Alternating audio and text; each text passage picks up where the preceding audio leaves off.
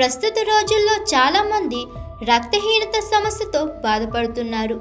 ఆరోగ్యమైన ఎర్ర రక్త కణాల్ని శరీరం తయారు చేయలేకపోవడం, రక్తస్రావం అవ్వడం, శరీరంలో తగినంత ఐరన్, రాగి, జింక్, ఫోలిక్ యాసిడ్, విటమిన్స్ ఏ, B12, B3, B6, C, D, E లేకపోవడం వల్ల కూడా రక్తహీనత వచ్చే అవకాశాలు ఉంటాయని తాజాగా నిపుణులు వెల్లడిస్తున్నారు.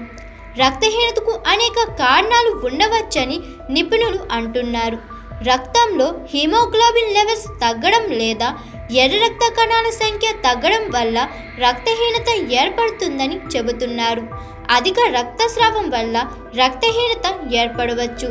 హీమోలిసిస్ అనేది ఎర్ర రక్త కణాల విచ్ఛిన్నమయ్యే ప్రక్రియ.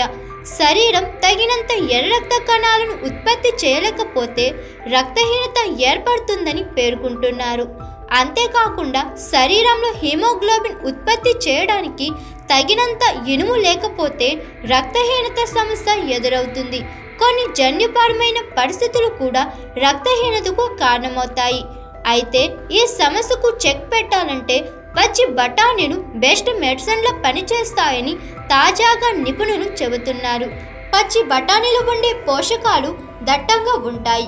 ఇవి కొలెస్ట్రాల్ను తగ్గించడమే కాకుండా దీనివల్ల గుండెపోటు, రక్తపోటు వంటి వ్యాధులను నివారించవచ్చు. పచ్చి బఠానీలు తినడం వల్ల షుగర్ లెవెల్ కూడా కంట్రోల్లో ఉంటాయి.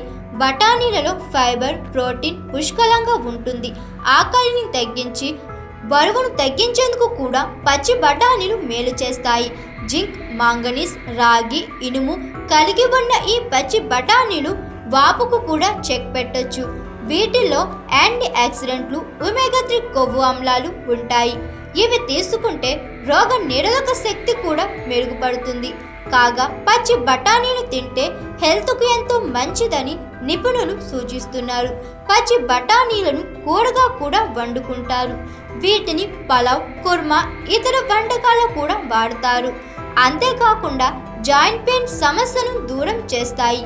యూరిక్ యాసిడ్ ఉన్నవారు మాత్రం పచ్చి బఠానీలు అస్సలు తినకూడదు. ఇవి తింటే కిడ్నీలో రాళ్ళు ఏర్పడే ఛాన్స్